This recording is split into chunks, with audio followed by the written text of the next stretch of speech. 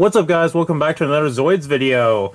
So I'm really sorry this took so long to come out. I know I promised this video weeks ago when talking about the Hayate Liger from the Zoids Aggressive series, that this video was supposed to be that video, and I was going to make it next. But to be honest with you, what took me so long to make this video was finding the box for this guy, because I knew I had the box because I haven't had this kit for very long, honestly. And the box was inside of a storage tote on the bottom of a stack of storage totes that went all the way up to the ceiling in my basement. So it was buried under boxes of other toys and models and stuff like that I wanted to, but I wanted to make sure I showed off the box in the video. So a little bit of history with this guy. So I did not own the Dark Spiner as a kid, but I did own the Killer Dome. This is my original Killer Dome I've had since about 2003. This is along with the D-Bison and the Attack Cat that I have. I found all three of these kits at the Super Happy Fun Sale at Anime Weekend Atlanta 2016.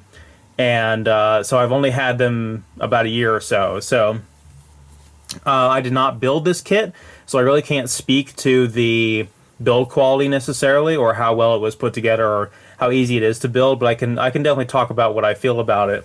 And for those of you who haven't watched the D-Bison video, again, this guy was selling these complete Hasbro kits. These are the English American Hasbro kits that were released between 2002 and 2004, and he had them complete in box, and he was selling them for a really good price. You can see the price actually on here. It's like $30.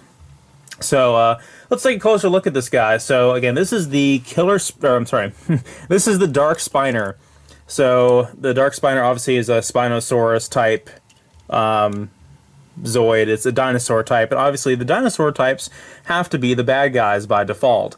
So as we've learned from like the Genosaur, Genobreaker, Berserk Fury, this is basically the Zoid's Fusor's equivalent of that Zoid. It's the villain Zoid for the series, so to speak. But actually, he was not first introduced in Zoid's Fusors. He was introduced in the 1999 sort of reboot of Zoids, which is where we also got a lot of the famous designs. So the Dark Spiner has a very pivotal role in the original Zoids Versus game, which I will be Let's Playing very soon. Test playing is underway for that right now. So the Dark Spiner is one of the main villain Zoids in that. He does not really make an appearance in Zoids Versus 2 Battle Legends, but he does make another appearance in Zoids Versus 3. So if you guys want to see gameplay of the Dark Spiner, go check out the Zoids Versus 3 Let's Play. Again, this is the Hasbro kit. This came around the same time as like Wave 2, so right around the New Century Zero time, along with like the Liger Zero, the Red Blade Liger, the D-Bison I have over there, all that stuff, all the green box Hasbro kit. So this actually predates the Fusors line. And so does the Killer Dome if you look at the box. So essentially this was a Fusor Zoid before Fusors even came out.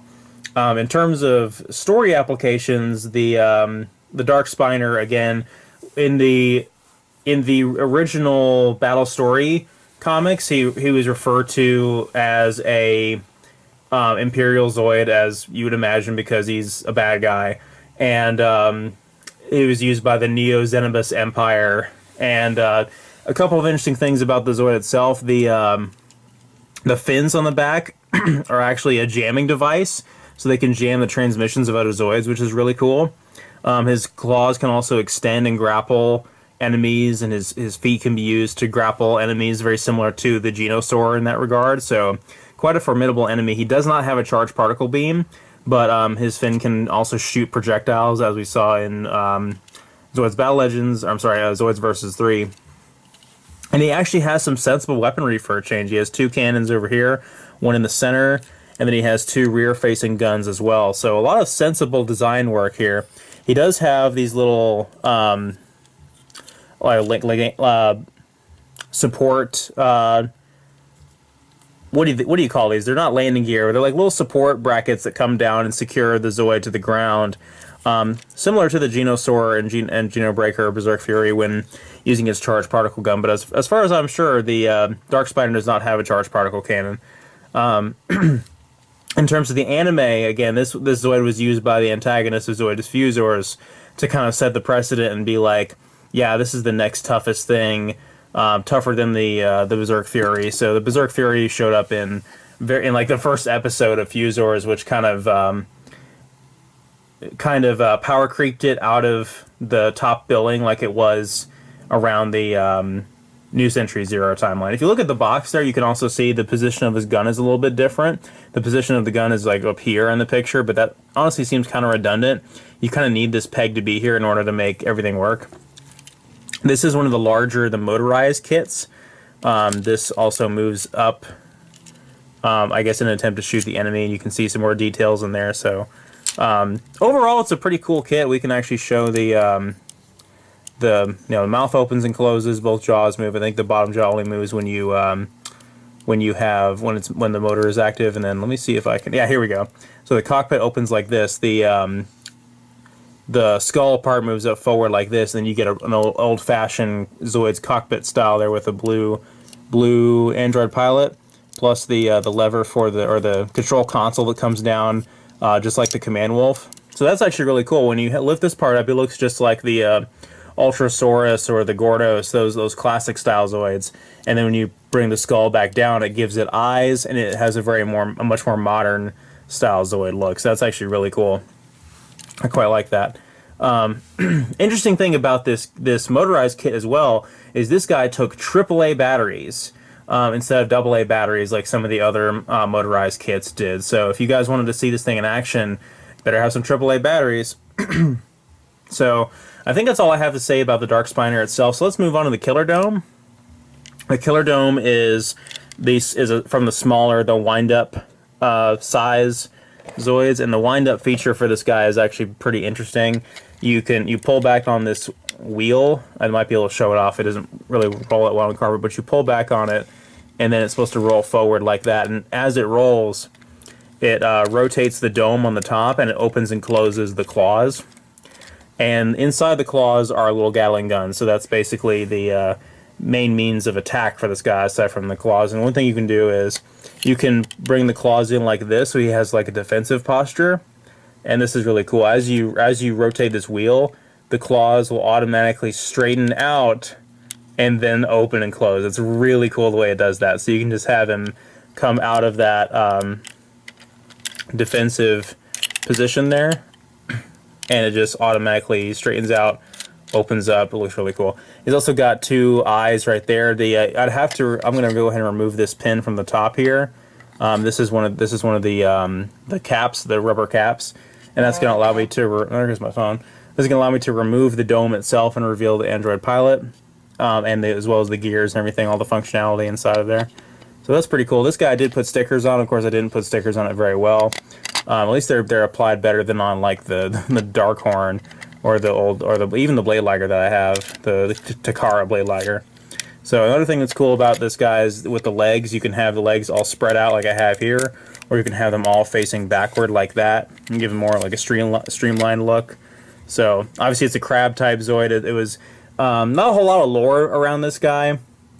Again, he was introduced in Japan for the 1999 Zoids reboot. It was introduced in America probably about 2003, 2004 to go with the Dark Spiner. It's part of the Wave 2 of the Hasbro Zoids. So I usually prefer to have the legs spread out evenly, so you can kind of give him that really give him that crab-like look. I think that's pretty cool. Not one of my favorite Zoids. I kind of got him on a whim, when I was a kid, but now that I actually have the Dark Spiner, it's really cool to see them two together. So as you can see on the box from the Dark Spiner, and as you probably already know from a lore perspective, these guys combine, and their combination is actually really silly, but I'm going to show it off here now. So, believe it or not, I don't have the original box that this Killer Dome came in. Instead, this Killer Dome was given to me for free with the Dark Spiner during the Super Happy Fun sale. So I actually have a second Killer Dome in here. And interestingly enough, it looks like these two were packaged together, because on the back of the box it says, "Not for individual resale." So I assume that this might have been like a Toys R Us exclusive or something like that, where this was packaged together with the Killer Dome, or with the Dark Spiner. So let's go ahead and break this bad boy open. He is already pre-built inside. but this one does not have decals.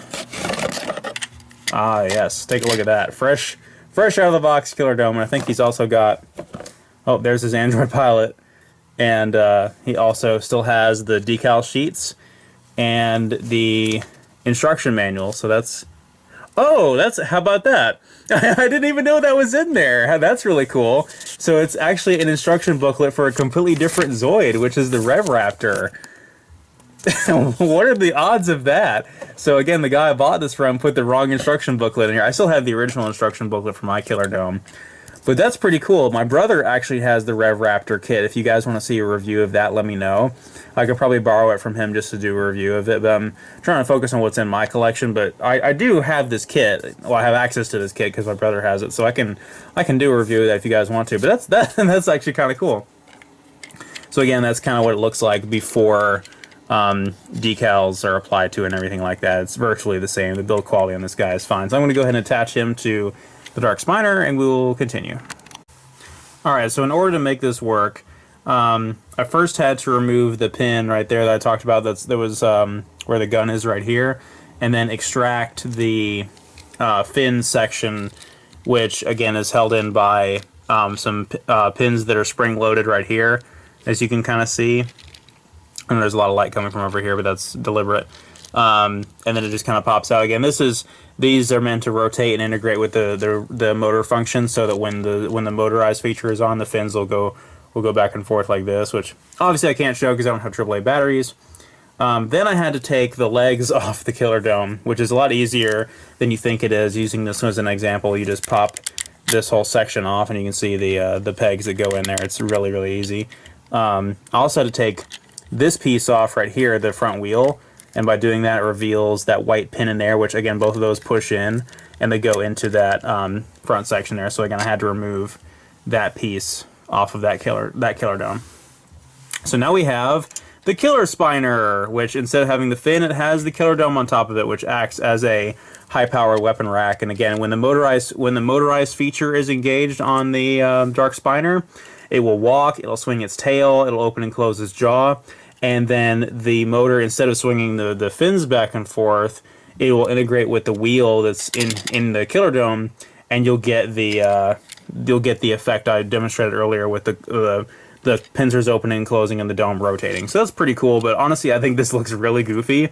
I always have. I've never really been a big fan of this design, and you know, Fusors was kind of a terrible idea on Takara's part anyway. So I'm kind of glad that it phased out, even though I do wish Zoids could have maintained some popularity in the West, especially I wish Genesis could have been localized. But there's nothing we can do about it now, so it is what it is. And but yeah, I do feel like overall this is a really solid kit. I really like the Dark Spiner as it is. This combination is really silly. Again, if you want to see gameplay of the Killer Spiner in action, watch the Zoids vs. 3 Let's Play. Whoops, I just kicked the camera there. Watch the Zoids vs. 3 Let's Play. You'll see the Dark Spiner as it is, and you'll see the Killer Spiner with the Killer Dome attachment. The Killer Dome itself is not playable in any of the Zoids vs. games, but the Killer Dome instead is a weapon attachment to the Dark Spiner in Zoids vs. 3. So you can see what it's like to have the Gatling guns firing up there, and also having the claws lurch forward as sort of a close-ranged melee attack, which I used to destroy a hover cargo in Zoids vs. 3. So, alright, so not sure what the next video is going to be. The next video is probably going to be the HMM Lightning Sykes. So thank you guys so much for watching. The next videos I have to do are the HMM Lightning Sykes, the HMM Shadow Fox, and then I need to do the Blade Liger comparison between my Takara Blade Liger and the HMM Blade Liger. So that's a video I've been sitting on for a while because that's my all-time favorite Zoid, but we'll get around to it. So thank you guys for watching. I'll see you next time.